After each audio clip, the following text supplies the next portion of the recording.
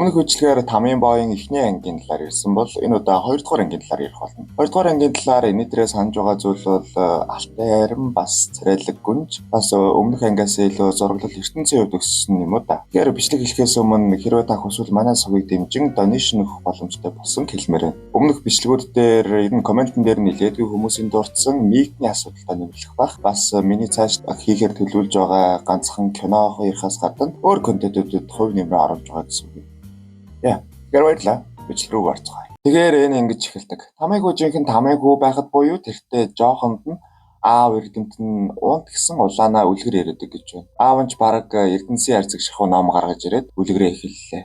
Эртээ урдын цагт гэдэг баха. Хүн төрлөختөн өөрийн шуналдаа эрдэн дэлхий гэдэг нэртэй энэ 50 м2-тай хамтран амьдардаг байсан эльф, гоблин, шидэд амьтдыг устгаж дэлхийг ер нь бол эзлэхийг хүсжээ. Дайнч болж бүгдийг хүмүүс хятаж байхыг харсан гоблины хаан эльфийн хаанд бараалхан алтан механик дийлдэшгүй армийг бүтээх санал тавьж. Энэ саналыг эльфийн хаан ханху Нуадагийн хаан ер нь шахалтай зөвшөөрсөн гэж байгаа. Ингээд алтай арим ашиглалтанд орсон даруйда хүн төрлөختнийг тусдаа нэлжээ. Хөгшин хаан өр зөөл нэгэн асгарсан цусыг бодолцсон армаа зогсоож тэднийг удирддаг алтан титмээ 3 хуваан нэг нь хүмүүст өгч алтан армыг газар доор хураагаад инх тавин гэрэл хийлв. Харин түүнийхөө Нуада хүн төрлөختөнд итгээгүй бөгөөд үүн дээр аавтайгаа зөрчилдөн хизээ нэгэн цагт ард түмэндээ хэрэгтэй болох үед буцаж ирнэ хэмээн үүр даалга болсон гэдэг. Үлгэрл юм даа гэж бодож байвал наа манига. Өнөө Нуада одоо үед гарч ирж гисэн бас болоогүй нэг том оогор шиг нөхөр дагуулсан Хелбой зориулсан нэг мишак юм шиг байгаа энэ нөхөр.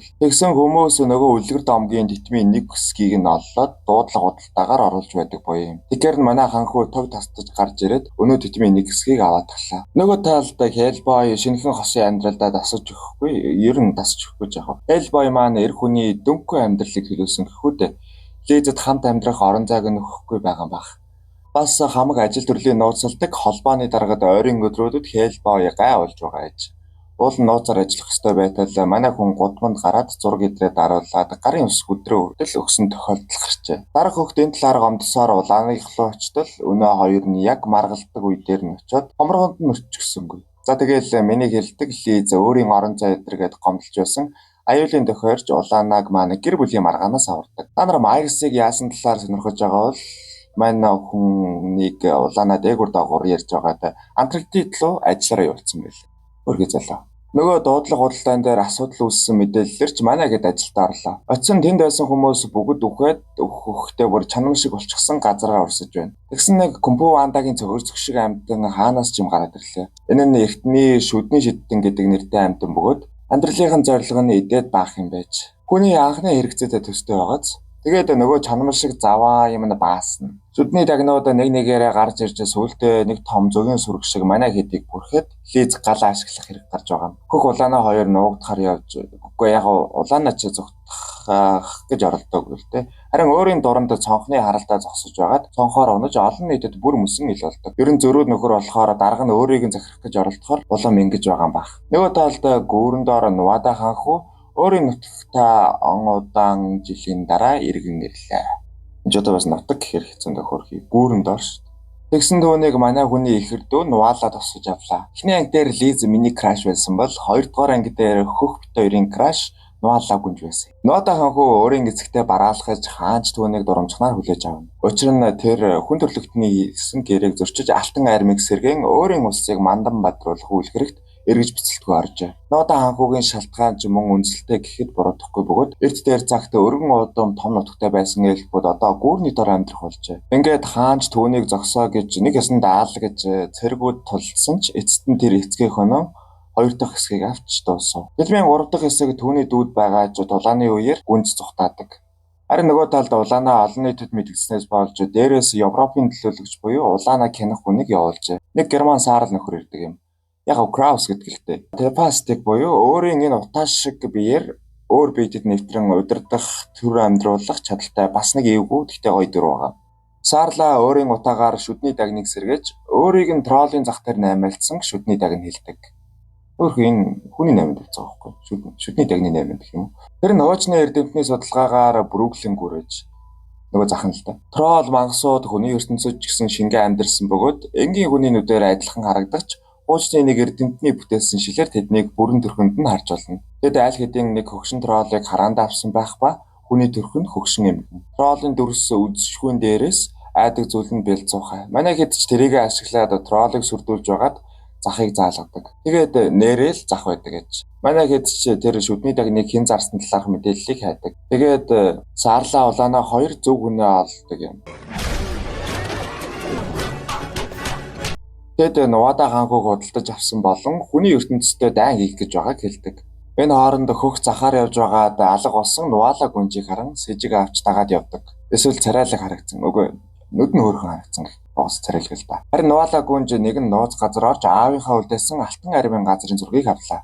Хөгч зүгээр доншуулж байгаа хүн шиг орж ирээд дагах гэсэн гүнж аль хэдийн өөрийг нь дагаж байгааг мэдсэн аж. Анхандаа ахих нь явуулсан хүн гэж бодсон ч тэд хамцаа шөргөлцөх төдөд нэгнийгээ мэдээллийг уншаад нэгнээ алга ирэвхийн зур мэддэг болов. Энэ хооронд жинхэнэ ахих нь явуулсан оогоор дэлгүүрт орж иж хөх гүнжийг зүгтаалгаад өөрөө үздэг баатар болдын даваан дээр улаанаа маань ирлээ. Манай хоёр ч хоёр оогор шиг нөхөр захаар нэг үзэж байгаад жинхэнэ оогор нь механик гараа араа төмөрөнд тавьчуулаад чадраа балын орон руу явлаа. Тэгээд захаас гараад явж байхад Саарлаа гүнжийг авч явахгүй гэж улаанаа хөх хоёр авч явна гэж маргалдаж байсан. Нуута хаанхуу найзыг нь үгсэн сонсоод гараад ирж. Тэгээд улаанаа чи төлөөсөө төлөх болно гэсэн. Тэгэлгүй яах вэ? Чекер авмаар байна л гин. Буу гойлж байгаа. Нуута хаанхуу нэг шош гаргаж ирээд усны хоолоо руу шидчихлээ. Тэгсэн нэг том ойн савдаг болж ургаад улаанаа устгах ёстой болов. Тэр дундаа мань хүн чинь хүүхэд аварч мавраад аварсан чигээрээ савдгийг шахтал. Заарлаа ч бууд гэж тушааж харин Нуута хаанхуу гарч ирээд савдгийг удмынхаа сүүлийнх нь энэ ч гэсэн чиний төрөл чи хүмүүстэй биш бидэнтэй хамтрах ёстой л гин. Мань хүн эргэлзэж эхэлж байсан савдаг нэг эвгүй хөдөлгөөн хийхэд нь буудгаас өөр аргагүй болов. Тэр хайв нүд ирэмхийн зуур ногоон төгөл болж савдаг услаа. Ийм эргэлзээний дунд мань хүн өнөө хүүхдээ ээжд нөгсөн хүмүүс манай хоёрыг гадуурхаж жирэхэд энэ болсон зүйлс буруутгаж байна. Энэ магадгүй улаанаг хүмүүст олон дургүй болгож магадгүй. Улаанаас эргэлзээгээ өртлөө тарилаа. Гэртээ очиод энэ эргэлзээ нь хүмүүсийн төлөө ажиллах ёстой үгэд хүргэнэ. Нөгөө талд хөх өөрийн краштагаа яриа өдрөөдөө шүлэг хүртэл сонсоод хөөхөн байж байна. Нуала гүнж гихтээ удахгүй ах нь ирнэ гэдгийг хэлдэг. Учир нь тэр ахтайгаа хүн холбоотой ба нэгнийгээ юу мэдэрч байгааг зүүн совингороо мэддэг аж. Ажлын эхний өдрийн бүртлөө л улаанаа Саарлаа дургүй болсон байдаг. Ер нь нэг тийм өөртөө захирангүй анцсан хүнд дургүй байд юм шиг байгаа манай улаанаа. Тэгээд яхаа өдөөд говцолох өрөөнд мань хоёр жоохон муудалцаж байгаад Саарлагийн бүрхүүлийг хагарчихв. Саарлагийн хийнч гарч шүүгэн чингээд улаанаа көөхөн шоглоо.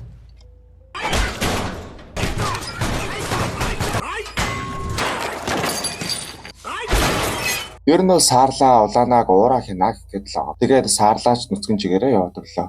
Харин улаанаа сэтгэлээ сэргээж ууж байгаад тэр нэгэн хөгжин таймхыг нь сонсоод очсон. Хөх Вивалди тавьчихсан хідэн хайрын дууны касет тойруулчихсан сууж байна. Хайр дурлал дээр улаанаа угаасаа туршлагатай юм болохоор шараа ариг шахаж өгөөд хоёулаа дорн говийн Симбагийн чамгүйгээр инээмсэглэж чадахгүйгээд сонсож гарав. Киноны хамгийн чийл хэсэг байгууламжт байсан бөгөөд ч гэсэн хөгжим сонсоод манай хоёр шараа аригны учрыг олж байсан юм да. Харин нөгөө талд Нувада хаанхуу үнэхээр иржээ. Дүүнч тэрийг нь мэдээд тэтгэвний хэсгийг нууж газрын зургийг галд өртлөө. Манай хоёрын шараа аригн дундаа орчихсон улаанаа хөөхөн зөвлөгөө өгнө. Эмгтээчдийн уурыг хүргэж болохгүй уурлаж байвал нэг тийм дал дутга байна гэсэн үг өдргээд бас үнэн байгаа гэж. Нөгөө талд Нувада хаанхуу ороод ирчихсэн газрын зургийг авахд асуудал үүссэнгүй. Харин тэтмийн хэсэг дээр тэр дүүгээ шүлгийн номд дуртаг мэдэх учраас номнуудыг нэг нэгээр нь шалгаж байх хооронд гүнж тохиоллыг дарж манай хоёр согтуу толгой ирлээ. Тэгсэн хөх хэлдэг. Хаанхуу гэмтэж болохгүй. Гэмтүүлээ гүнж ч гэсэн гэмтнэ гээд. Манай улаанаас чинь болхтуу харагдах болохоос биш ер нь л компу боо юм байлээ. Хөдөлгөөн өдөр нь бас л байгаа юм да. Гэхдээ лизиг ирэхэд тэр гинтхэн нэг гин алдаад жадных нь нэрэн төртөв. Тэгсэн үзүүрэн зоогдоод хортооч бололтой улаанаач муудаж Нувада тэтмийг авчирч улаанаага авраарай. Тэгвэл би бас чамтай дүүгээ болзуулах талаар бодож үзье гэв. Улаанаач би энэ муудаж яах учраа олохгүй байж байгаад хаанхуу руу явцгаая гэв. Нуута хаанхууж болцлоо хийлээд алга болсон хойно тэтмийг олоод улаанаага аврах хэрэгтэй болно. Нуула гүнж өмнө нь номын сонд байхдаа хөхөд нэг ийм шүлэг уншиж өгч байсан юм. Харанхуу айлчлахад миний дэргэд байгаач. Тус орсож гол мөрөн улаанаар будагдах тэр мөчөд миний зүрх сэтгэлийн хад хүчин мөхсдөх тэр хоромд гээд тэн усны дурсамж гişүүлтгийг уншиж өгсөн санан тэтмийг олов. Нөгөө талд тэд газрын зургаар Нувадаг хаана байгааг мэдгч Саарлаад дээрээс алтан армиг сэрээж болохгүй гих даалгавар өгсөн буюу тэтмийг олсон ч аваач ч өгөхгүй улаанаг өхүүлэх шийдвэр гарч. Бүх тэдний яриан донд орж ирэх ба тэтмийг олсноо хэлэхгүй байхаар шийдэв. Улаанаа жуурлаж саарл төвөнд ажиллаа хийж байгааг хэлэхэд тийм ээ та бол сайн ахлагч. Хэрвээ та хүн байсан бол шүү дээ. Сэтгэл зүйн дайралтай гэхгүй. Хөгч лез дээр очиж нууцаараа улаанаг аваад явах болов. Тэгсэн харин саарлаа таарад зогсоохон гэсэн бид яаралтай нисэх хэрэгтэй л гэж байна. Сэтгэл зүйн дайралт гэж хэлээгүй.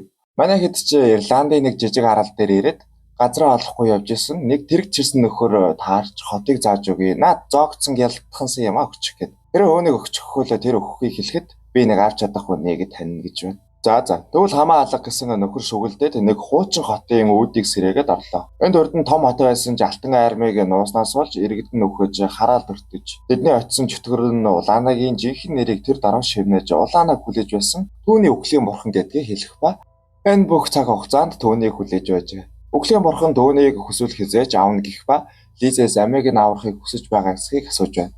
Улаанагийн амин дээр байн гарч ирдэг нэг зүйл бол тэр дэлхийн ертөнцийг эзлэхээр заяагдсан тамийн нэлжих санаа. Үхлийн бурхан ч үүнийг хэлж тэр өнөөдөр эсвэл маргааш дэлхийг эзлэхгүй ч алстаа зөгнөл нь биелж чамд гаа олон шул гэж байна. Лиз жоохон эргэлцсэн ч даваа гин. Үхлийн бурхан ч шархыг нь эдгэж гэрэлтсэн зүйлийг нь авах ба түүний аварсан аминд нь Лиз утга учрах хэрэгтэй гин. Энд киноны эхнээс Лизийн улаанаад хэлж чадахгүй явсаар байсан зүйл болох хүүхдтэй босноо хэлв. Ингээд тамийн бой дахин нэг амьдрах хүртэлж цаашаа Нуада руу явлаа. Алтан арам нэрэл оршиж байх ба Нуада ч болцсон газраа хүлээж байна. Тэр угаасаа яриаг хөвгтэй хийсэн хойно бусд нь битгий гэхтэл Нуалаг аврах гээд тэтмийн үлдсэн эсхийг өгчхөв. Тэдэн бүрэн төрхөө олж алтан арам сэрлээ. Тэгсэн юу Нуалаг аврах харин ч Нуада тэднийг алах тушаал өглөө. Улааны чадвар өндрөөрөө саарлаа цэргийн биед орж улаанаа буутаага нэлээд болгож тавьсан. Энэ нөхдүүд яагаад ялагддгүй шалтгаан нь буюу буцаад эргэн сэргдэг аж. За муухарч нэг үзлээ. Одоо би хаан Нуадагийн хаанчлалт эргэлзэж байна гэдэг тэр дараа цэргүүд сохсож өөрсдөө ч эргэлзсэн юм шиг хаан руу харлаа. Улаанаа түүнийг халцтулаанд дуудлаа. Хааныг хааны удмын хүн л дуудах ёстой гэсэн дүүн. Тэр мөн тэр тамийн элчийн хүүл гэж байна. Хөгч чи арай гэсэн санаа зовлтгоо саарлаа. Би түүнийг хөнөөхгүй. Харин тэтмийг өгсөн тал дээр хоёулаа гараад яриа төшвөл гэж байна. Ингээд Эльфийн хаан тамийн элчийн хүүгэн тулаан газар доор эрэг шургатай алтан армийн төвд эхэллээ. Эльфүүд ямагт уран нарийн хөдөлгөөнтэй байдаг ч эрэг шурга өнөөдөртөө улаанагийн талд байж Нуада ханхуу ялагдлаа. Ханхуу ч өөрийг нь алагсан улаанаа зөвшөөрөхгүй. Гол дүрийн дүрмээр босоод юу ч болоогүй юм шиг явлаа. Нуада ч түүний араас хутаг гарган дайрахад арга буюу Нуала өөрийгөө хороох замаар ахыгаа чоров. Ханхуу хэдийн дайнд ажин гэх буруу замыг сонгосон ч хүн төрлөختөн тэдэнд амьдрах орон зайг нь олгоогүй гэх зөв санаа байлаа. Бүх маань ч танд сэтгэлийн ээлжлэх завдал олдсонгүйгээд тэд нэгнийхээ гарыг барин өөрсдийн туусан цаг болон нэгнийхээ амьдралыг сүүлийн удаа сохин харж салах ёс гүйцэтгэлээ. Тэдний хувьд гэвэл Лиз тэрийг шатаачсан. Дэлхийг устгах заяатай төрсөн ч эхнэр бол таны хувь тавилангийн эдрийг нуглах эвгүй гарууд гэдгийг эндээс харж байна. Учир нь улаанаа тэтмийг авахтаа дайжгүй хэд байна шүү гэж жоок хийчихсэн. Ингээд үлгэрч дуусаж манай халзан дарга иржээ. Улаанаа Лиз хөх гуравж ажилласаа гарахаар шийдэж улаанаа маань ч аав төрхөнд орох юм байна. Нэг сайхан арал дээр байшинтай болъё хүүхдэд маань ч гэсэн сайн гэсэн Лиз хүүхдүүд их хэрэгтэйгээд дууслаа. Тэгэхээр эхний ангийг ярьсны дараа 2 дугаар ангийн нэрээр гэсэн маш комент болсон. Харин би цаашаа яг нөгөө нэг 19 онд гарсан шийд кино болон одоо явж байгаа сурал муурлыг ярьж бол заваардахгүй. Харин энэ хоёр анги дээр хамгийн дурдах ёстой хүн бол Гуэльмо дель Торо найруулагч. Тэрээр 18 онд баха Shape of Water-аар ерөнхийдөө Оскар авсан маш мундаг уран бүтээлч. Тэгээд 2 дугаар анги бол надад хамгийн их таалагддаг анги. Харин 1 дугаар ангийн хувьд бол би тийм ч их таалдахгүй. Яагаад гэвэл надад илүү продюсерийн талаас ороод ирсэн хүн юм шиг санагддаг. Айгүй их зүйлийг хүчилсэн энэ дээрээ гэдэг. Гуэльмо дель Торо ер нь бол тийм юм хийх байх гэж үздэг. 2 дугаар анги дээр харин эхнийхээ ангийнхын амжилтаас шалтгаалаад Гуэльмо дель Тород илүү их эрхчлөлөг олгосон юм уу да гэж би хардаг. Яагаад гэвэл одоо энэ анги дээр илүү жижиг хэсгүүд нь маш сайн детальтай яг нэг юм Гуэльмо дель Торогийн тэр яг өргөмц зүйл нь илүү ялгарч харагдсан юм шиг санагддаг. Тэр гүүрэн дор амьдардаг хаан бол тэ ингээд алуулж ахтай өгцөн тийм гоё намрын өрөө юм шиг харагддаг. Манай өхлийн бурхны дизайн байна, оюун савтын дизайн гэдэг юм жижигхэн зүйлүүд нь маш гоё детальтай.